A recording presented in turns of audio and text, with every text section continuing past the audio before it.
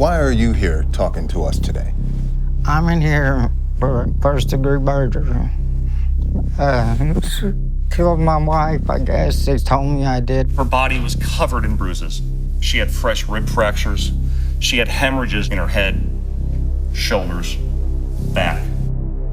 What would make you grab her by the hair, by your own admission, drag her through the trailer, and hurl her through a closet door? I don't remember doing that, sir. You gotta understand. Because you told the police that. Yeah, I know. Do you accept that you did that? No, I don't accept it because I don't think I done that. It's a man who's in love, who's in a tumultuous relationship, and who snaps. I put it on the beat out of her. I call the wife Sally. We have breaking news. A man from Ocala has been found guilty Guilty of first-degree murder in the beating death of his ex-wife, Lisa O'Rourke Jeffrey. He has no soul. He's absolute devil. There's nothing to him. Bo Pete Jeffrey's lawyer argued at trial that he struck his wife in the heat of passion, never intending to kill her. But 3 years into his life sentence, Jeffrey is about to tell me a different story that just might open a new window into the mind of this convicted murderer. Do you remember punching her in the face several times? No, You don't remember the fight with Lisa?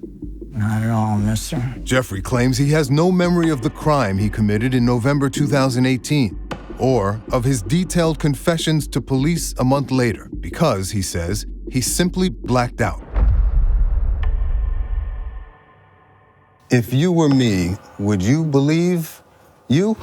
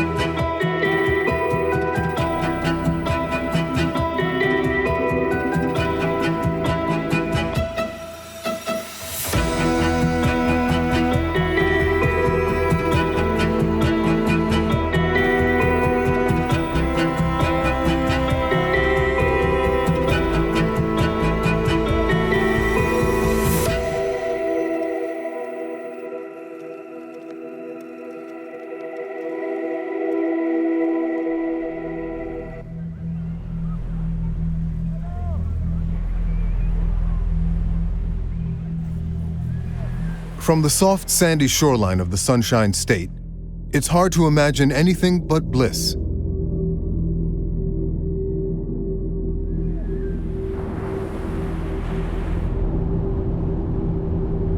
But driving inland from Daytona Beach into the shadows of the murky marshes, a darkness descends.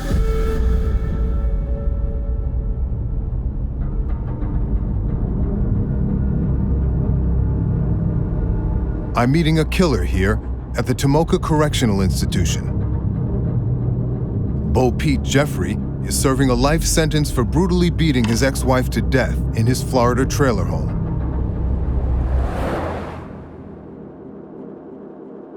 He wants to talk, he says, to correct the record and raise questions about his conviction. Clock starts now, right? I want to get inside his head to understand how this domestic homicide happened.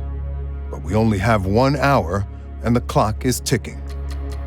We're here because we really want to understand the mindset and motivations behind your actions. Yes, sir. Why are you here talking to us today? I'm in here for first-degree murder. Killed my wife, I guess. They told me I did it. I'd like to come to that night in a little bit, but first I'd like to learn a little bit more about you. Is that all right? What was your upbringing like? Happy home, unhappy home? I never really had a home. We travel. We're gypsies, so we travel around different language, everything. Jeffrey descends from a long line of Romany or so-called gypsy travelers and a hard-scrabble nomadic lifestyle. Where does the name Bo Pete come from? My dad was the only one could read. The only book he could read was the story Little Bo Peep. Pa lost her sheep. So when I was born, they named me Bo Pete. I see. Because they nicknamed my daddy Bo Pete when he was a little boy. So he was Big Bo Pete and I was little Bo Pete. And you were little Bo Pete. Right. You mentioned to the court and the investigators that you are unable to write. I dropped out of school in the 5th grade. So you never learned to read or write? No, sir, I'm going to education here. Let me ask you this, Pete. When did the drinking start? I've been drinking all my life. Saying is, he used to give us beer in our bottles. Seriously? Yeah, When you were young children? babies. You had, over the course of your life, at least 5 DUIs, right? I had probably, but yeah, I've had quite a few DUIs. And you've had a bit of other previous trouble with the law, right? Yeah, There was an aggravated assault when you were 19 that was dropped, right? I don't remember that Remember one. that? Criminal trespass in 2002. Was that your ex-wife's? Yeah, Did you get mad and kick in the closet door? Karen was out there. But what about you? Did you get mad and kick in the door? Oh, I don't harm my stuff. I don't. Okay. There were probation violations. There were swindling charges. Yeah, that's what I went to prison for. 5 years, and you got out in 2010. Yes, sir. That's a fair amount of criminal activity. Yeah. Are you someone who's criminally minded? No, I would just say all of those things there is sort of what I do for a living. Charging people for not doing enough work for what you charge them for. Right. It's called theft by deception. Traveling scammers preying on unsuspecting Floridians. They do shoddy work or incomplete work or no work at all.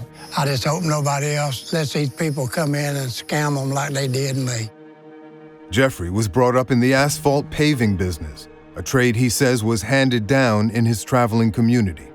We was raised in laying asphalt driveways. It's what we did all of our lives. So I got a truck when I was 13 years old in Waco, Texas, and I've been knocking on doors ever since. But his business model was swindling elderly homeowners, a felony crime that sent him to prison. And then, a couple years after you got out, you met Lisa, right? Tell me about her, Pete. What was she like? What was her personality, her looks? Lisa was my dream woman, I'll put it that way. Your dream woman. Just the way she talked, she was cheerful, and she was raised the way I did, raised in asphalt. We was like we was married all of our lives and known one another all of our life. Did you love Lisa or did you hate her? I love Lisa to the day, sir. Because you told the police, I was actually waiting for Lisa to die of natural causes because I hated her that bad.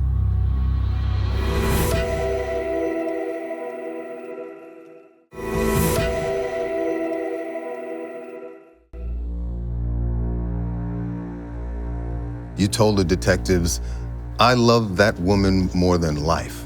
Right. Did you really mean that? You did. Still to the day. Still to the day. Yes, sir. Stop a second. I can only tell you the number of domestic homicide suspects that have said something similar, that they truly loved their wife or their girlfriend. Former FBI agent Brad Garrett has spent decades trying to understand the mind and motives behind violent killers. This is hard for people to understand, that you could actually love and care for somebody and actually miss them. In the middle of that, you have brutally killed them. In his twisted reality, it's genuine emotion. Did you love Lisa or did you hate her? I love Lisa to the day, sir. Because you told the police, I was actually waiting for Lisa to die of natural causes. I was actually waiting on Lisa to die of natural causes, because in reality, I hated her that. I hated her that bad, but not enough to kill her. I don't remember none of that. Hello. Mr. Boo? Yes, sir. Deputy Batts, Marion County Sheriff's Office, how are you? I'm okay. Are you home? No. Okay, do you have a few minutes to talk to me? Yes. Trying to talk to you about your missing wife. When Lisa's family failed to make contact with her in the weeks following her birthday, Deputy Calvin Batts began to search for the missing woman. It came in as a citizen's assist call from Miss Lisa's aunt. She was honest with me. She explained that Lisa had some troubles in her life and was known to disappear for a day or two max, but would always return her phone calls, would always get back in touch with her.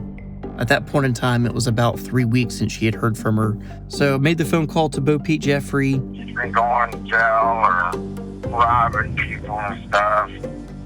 And I don't know, sir, where your woman's at. I know her family's calling and threatening me, and she told me I had to produce her by 6 o'clock today. And I'm like, God, I don't know where the woman is. And I can't keep up with her no more. He would say that she's sick, or she's sleeping, or she just wasn't there. Did he ever sound concerned? He never sounded concerned. And finally, I was just, somebody needs to do something. I would ask him a direct question, and he was feeding me a bunch of nonsense. What he was telling me definitely elevated my level of suspicion by the end of that phone call.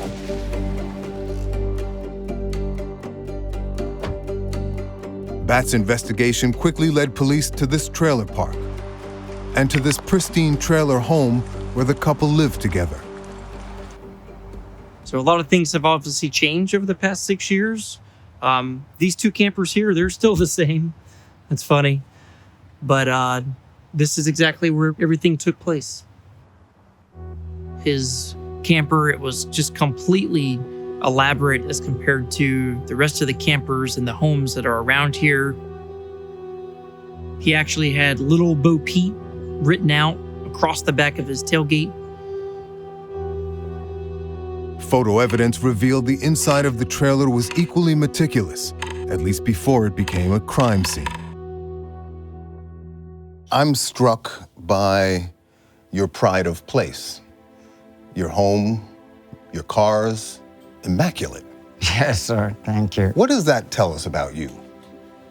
Well, I love life. I love responsibility. I love to enjoy things about stuff. It was the way I was raised. We always kept new vehicles and customized camper trailers. Tell me about your home. I've seen pictures of it. Yeah. It looks on the inside like a lovely suburban home.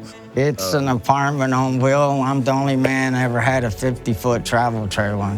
Take me inside, Pete. You walk in. Well, mine, this one here, when you walked in, I had sliding glass doors. If you go straight in, you walk into a huge living room and a slide out. This way was a foyer with china cabinets and easy boy chairs. I had custom-made a bathroom and a bedroom. Then when you come back in the living room, over there was a slide out, had an entertainment system with a 70-inch TV, fireplaces, built-in stereo. Fireplace? Yes, sir. Mine had LED lights in the roof, central heat, 2 air conditioners. They used to have little places called mini homes. Mine was a mini mansion.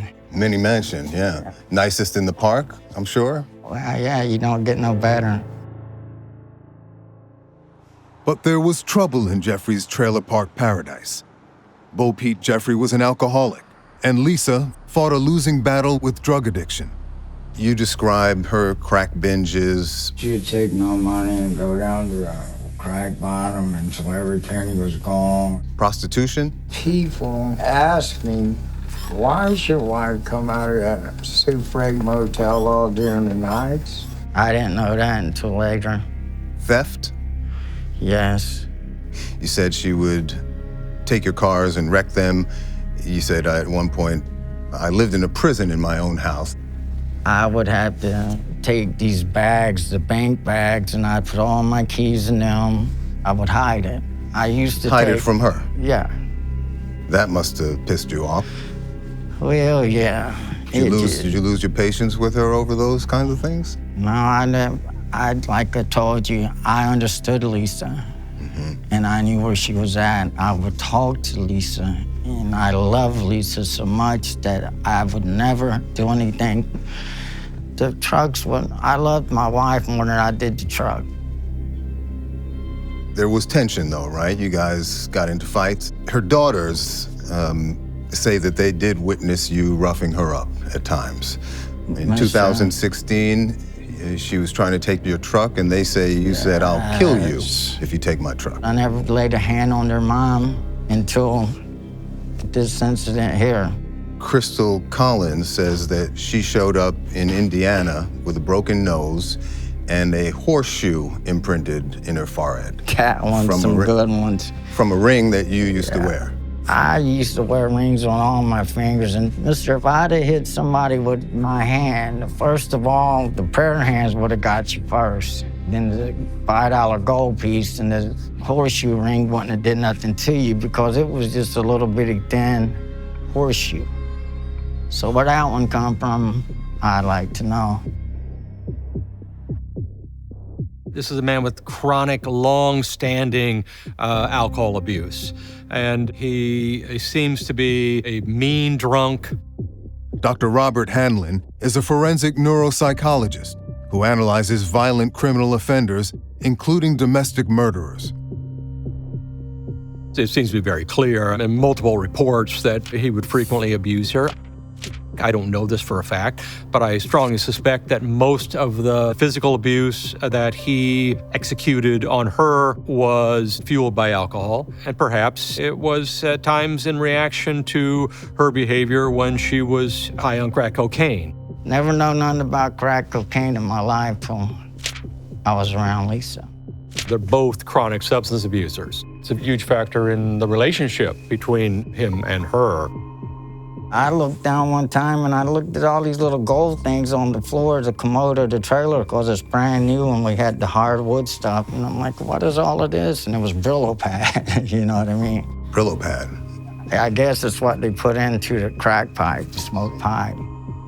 After 6 years of marriage, Lisa was in and out of jail. And a female relative named Patience was spending more time in the trailer just as Bo Pete was losing his patience for Lisa. Let's go to 2018. Yes, sir. You've gotten closer to Patience, yes, right? Sir. And it seems like at some point you're ready to move on with your life from Lisa around that time, yes, right? In sir. fact, you filed for divorce. I did get a divorce. But even in a 50-foot-long double-wide trailer, 3 can become a crowd. Were the 3 of you living in the trailer at the same time in that period after the divorce? Yeah, the front bedroom, but she never lived in there. She'd stay there, but there was no... But you all were together as a couple. No. You have a new girlfriend? Named Patience? I have a cousin that stays with me. And she's your girlfriend?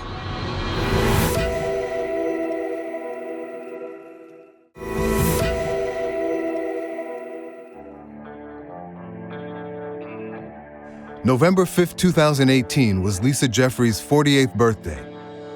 It was also her last night alive.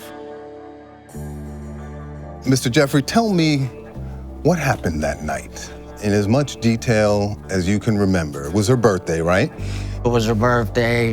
There was a little oyster bar on 27, so I had been drinking pretty good. At a nearby bar, Lisa and Bo Pete Jeffries celebrated with karaoke and friends, and heavy drinking. You were on White Russians that night. Right. How many do you think you drank? I drank 30, 40, and I was also drinking Fireballs. I was drinking, but I wasn't eating.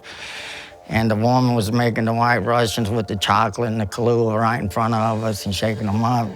And this might sound like a lie, but that's when they pulled my cord, and I couldn't tell you after that until I woke up in the county jail in Marion County on December 8th. Jeffrey now claims that for an entire month after the crime, his memory is completely blacked out, including his confessions to police. But as police pieced together their investigation, Jeffrey's mindset and motives came into focus. I just kept following up on this case, heading out there, talking to as many different neighbors as I could. How you doing, sir? Deputy Batts. How you doing? Good, sir. You stay right here? Yeah. trying to get in contact with your neighbor, Bo Pete here, but can't seem to get a hold of him. When's the last time y'all saw him? He ain't inside dead, is he? No, he's not inside dead. I talked to him on the phone the other day. Oh, okay. Y'all seen his wife? Which one? His actual wife. Oh, the one that's sick? Y'all seen her in a while? I haven't seen her. When you arrived there at lot 808, was anybody else there at this camper? Yes, there was somebody else there. There was a Miss Patience. Do you remember her last name? Burton, is that right? You have a new girlfriend? Named Patience? I have a cousin that stays with me. And she's your girlfriend? She's your friend. Okay, so how long has she been living with you? Well, me and her have been together since May the 3rd. But your wife has been back at the house living with y'all. I mean, are you and your cousin in a sexual relationship? No, she wouldn't allow that to happen. All right, so you and your cousin are not together. Not as a husband and wife. What about as a boyfriend and girlfriend? Me? No. God knows. This is my cousin. In fact, Patience Burton and Jeffrey were in a romantic relationship, and she knew his terrible secret. Patience come over to help me about a week later, and she kept saying there's a weird smell coming from up there. And I said, want to know the truth? It's Lisa's body. He said, you gotta do something with this. And I said, I don't know what to. Then, almost a month after the murder, police confronted Patience Burton at the trailer. When she saw law enforcement presence, she got extremely startled very quickly. We, explained to her why we were here, who we were looking for. We explained to her we kind of knew who she was at that point in time. One day later, Burton opened the trailer to the police investigators, who zeroed in on this cabinet under a bed. When I first opened the doors, I then started to smell like a faint odor of decomposition. We started to remove some of the items from underneath the bed. As we did, the odor became a lot stronger. And then there was a black tarp type object underneath the bed that when I pulled on it, it was very heavy and it appeared there was something wrapped inside. And was the body of Lisa Jeffrey located in that storage compartment underneath the bed? Yes, ma'am.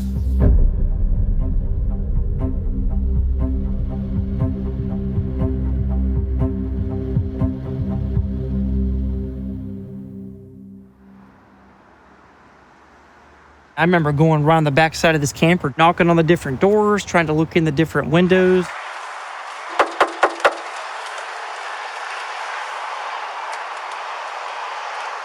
It's tragic to think that she was right here the whole time. Marion County Sheriff's Office detectives got word that the defendant was up in Putnam County at a relative's house. Detectives Lytle and Lieutenant Claude McQuaig drove on up there. A haggard Jeffrey was taken into custody and questioned. You can have a seat, sir. We're just going to talk to you, okay? Hey, this is Lieutenant McQuaig. Hey, how you doing? All right, sir. All right, Detective Lytle. We're with Marion County. Thank you. Do you want to have a seat up here? I can't make it back up there. Need a hand, or? I heard my whole body's just going away. Yeah? Sergeant John Lytle with the Marion County Sheriff's Office was tasked with prying the truth out of the distraught suspect. He appeared to be exhausted, hungover, and he was just in rough shape. He had indicated that he had spent the last 2 weeks drinking and basically on a bender. Vomiting and struggling to answer questions, Bo Pete Jeffrey requests to be taken to a hospital, where authorities resume their interrogation over the course of 2 days.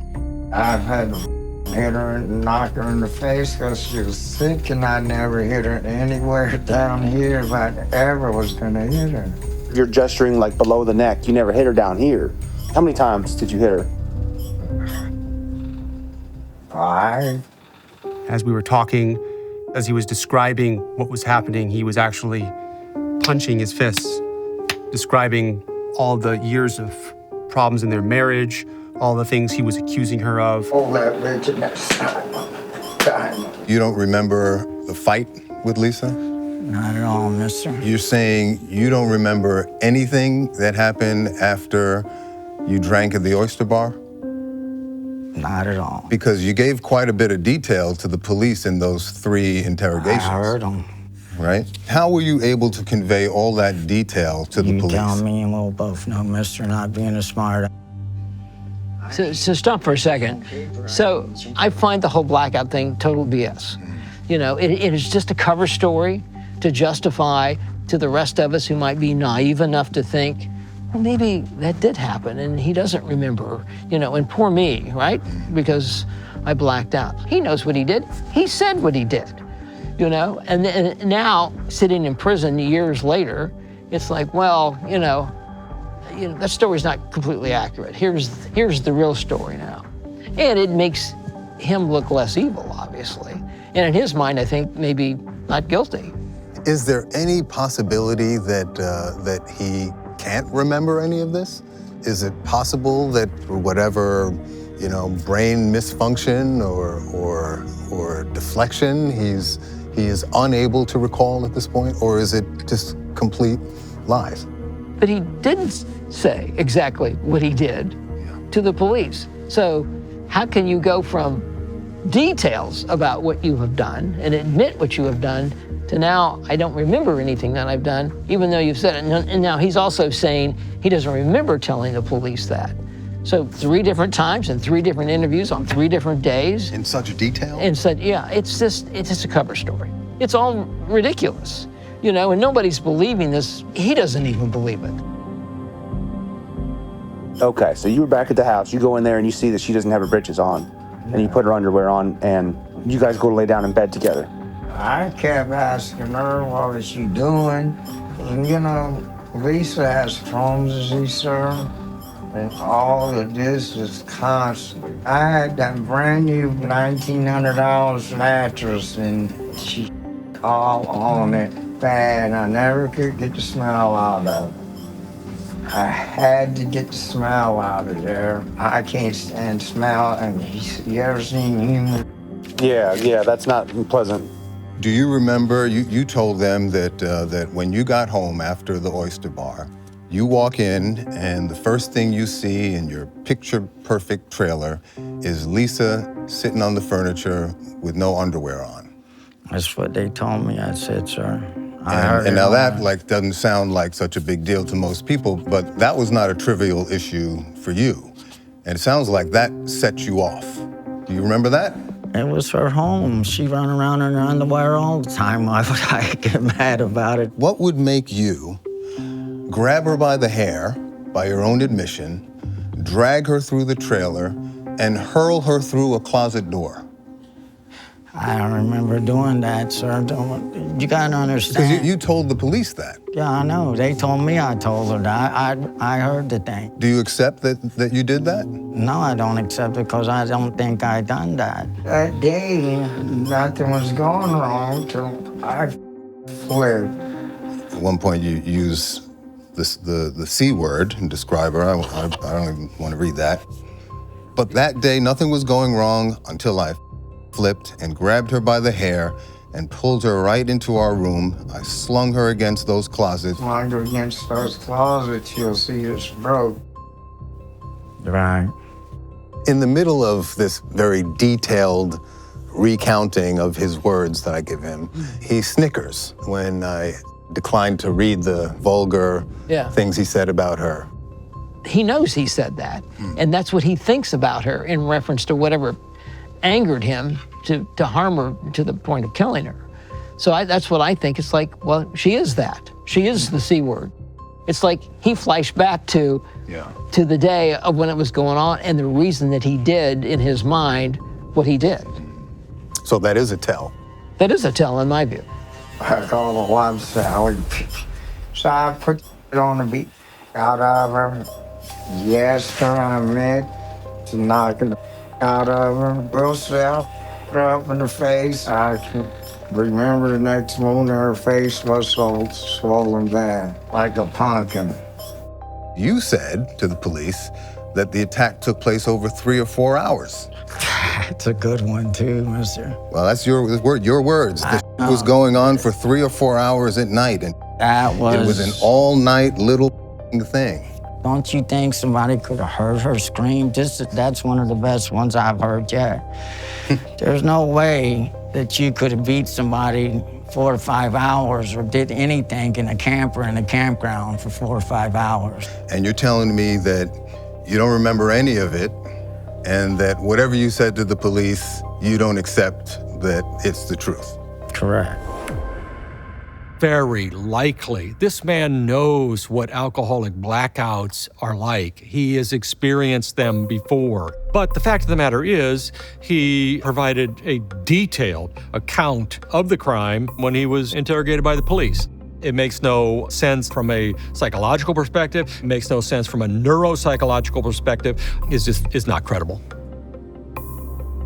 2 days after Lisa's birthday, while Jeffrey claims he blacked out, he's caught on surveillance camera shopping for packaging supplies at a local hardware store. Let me ask you this, because the attack may or may not have been premeditated. I wasn't there, I don't know. But the cover-up certainly was. You Yeah. agree with that? I don't remember doing that. But evidence uncovered from Jeffrey's trailer documents a methodical and maniacal plan to hide Lisa's body.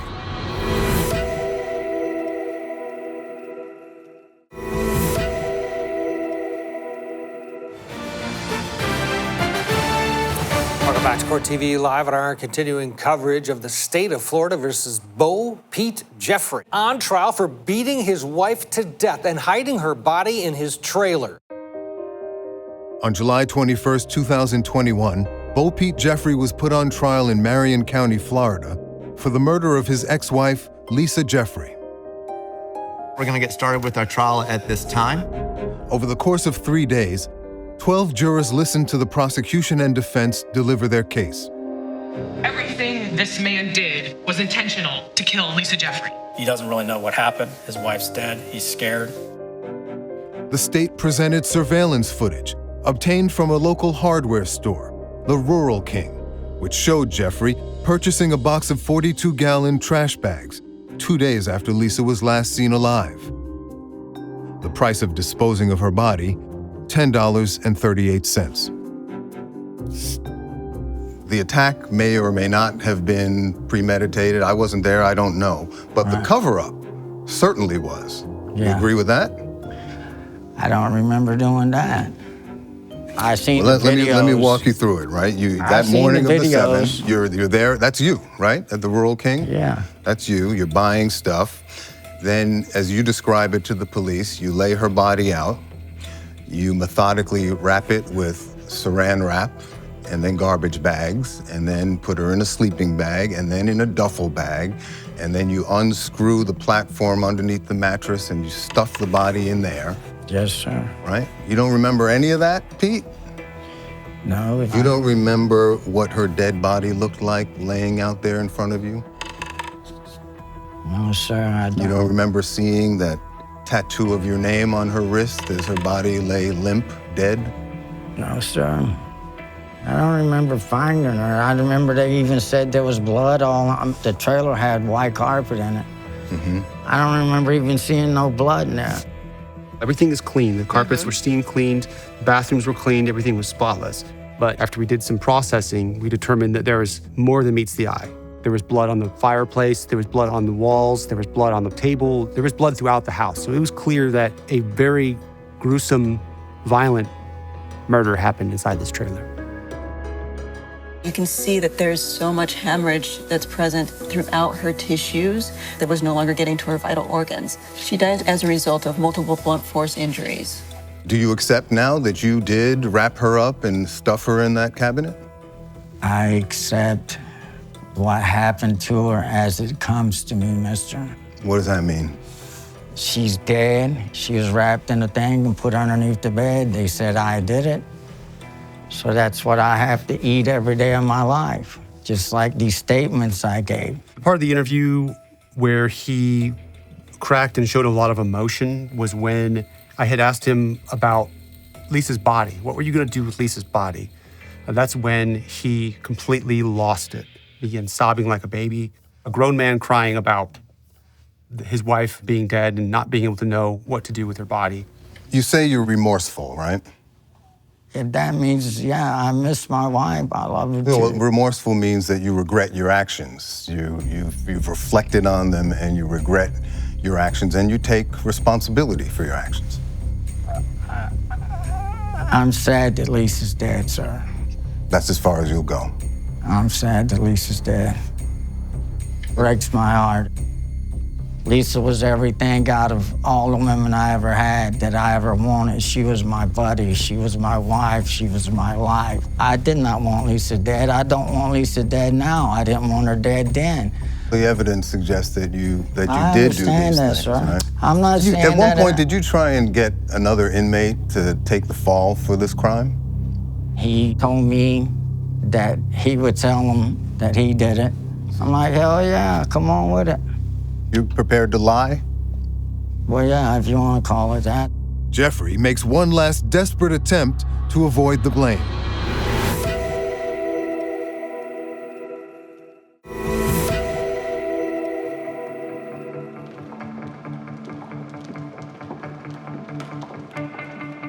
After over 4.5 hours, this jury then did come back with a verdict in the case of Florida versus Bo Pete Jeffrey. On the record, State of Florida versus Bo Pete Jeffrey. Mr. Jeffrey, a jury of your peers having found you guilty of the crime of murder in the first degree, I'm ordering that you serve a sentence of life imprisonment with the Department of Corrections. As for Patience Burton, she would plead guilty to giving law enforcement false information. Her sentence ultimately deferred. There were some issues with how she was helping this defendant during the concealment of the victim's body. The victim's family feeling like she should be held accountable for much more. You too. Ma'am. Just give him the middle finger. Go. He's crying over a man that killed an innocent woman and she gets to walk away. My mother's never gonna speak to her again.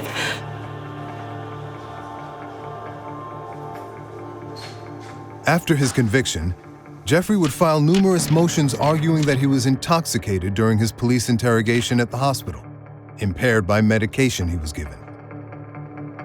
We know that he has spent an enormous amount of time and energy and money or prison capital filing appeals. He was paying at one point a prison scribe to handwrite appeals in like perfect penmanship. Can somebody be genuinely remorseful and still obsessed with reducing their sentence? Yeah, maybe. Only because it becomes survival at some point. Do I want to live the rest of my life in an 8x10 concrete cell, or do I want to try to get out and continue to lead the life that I was leading? Well-schooled in criminal antics, Bo Pete Jeffrey had one more trick up his sleeve.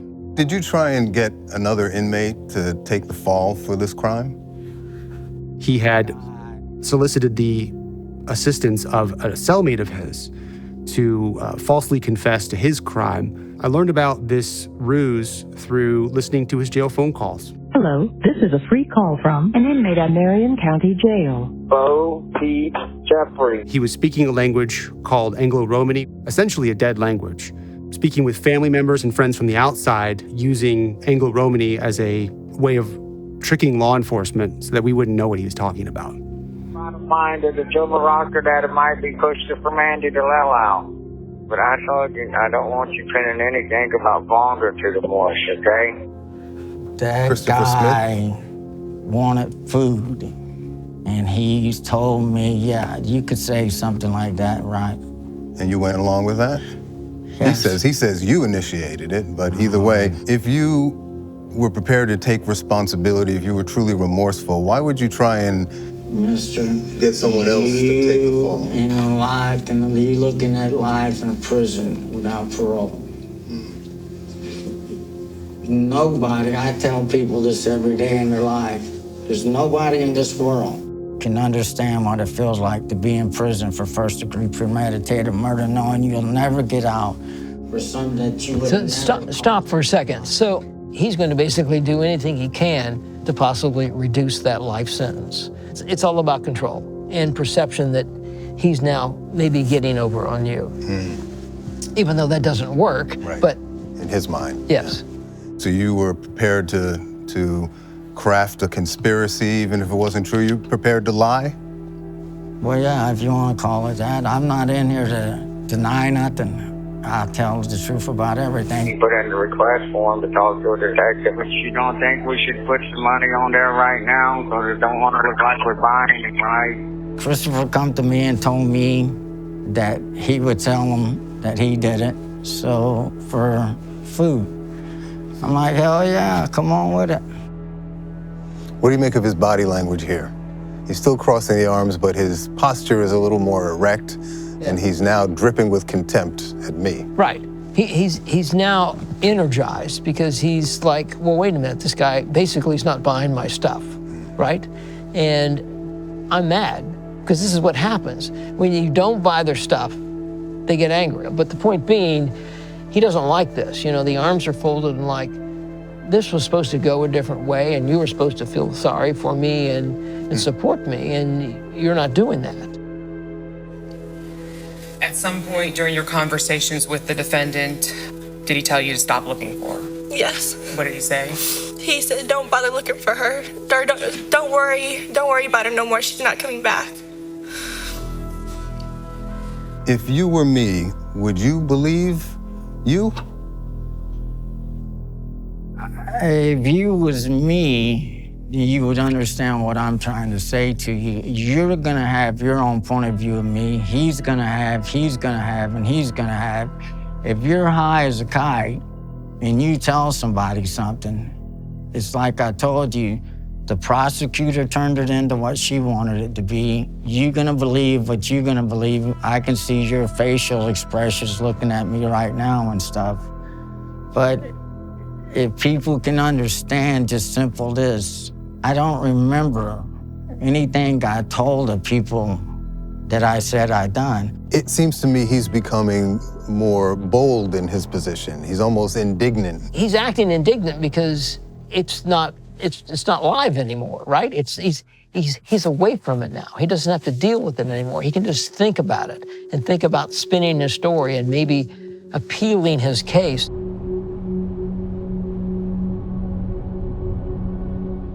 The interview ends when the clock runs out. Bo Pete Jeffrey had no intention of letting any truth out or me any further in to the murky backwaters of his mind.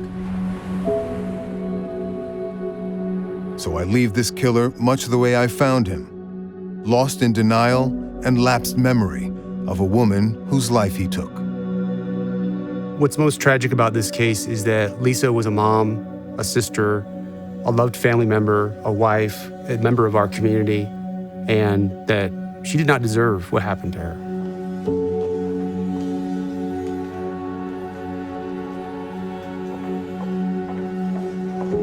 So, thinking about your mother, how do you want her to be remembered? That she had a good soul. She'd do anything for anybody. No matter what it was, she'd give you the shirt off her back. The interview with this killer won't fade fast into my memory, even as I look ahead to the next cold-blooded conversation that awaits.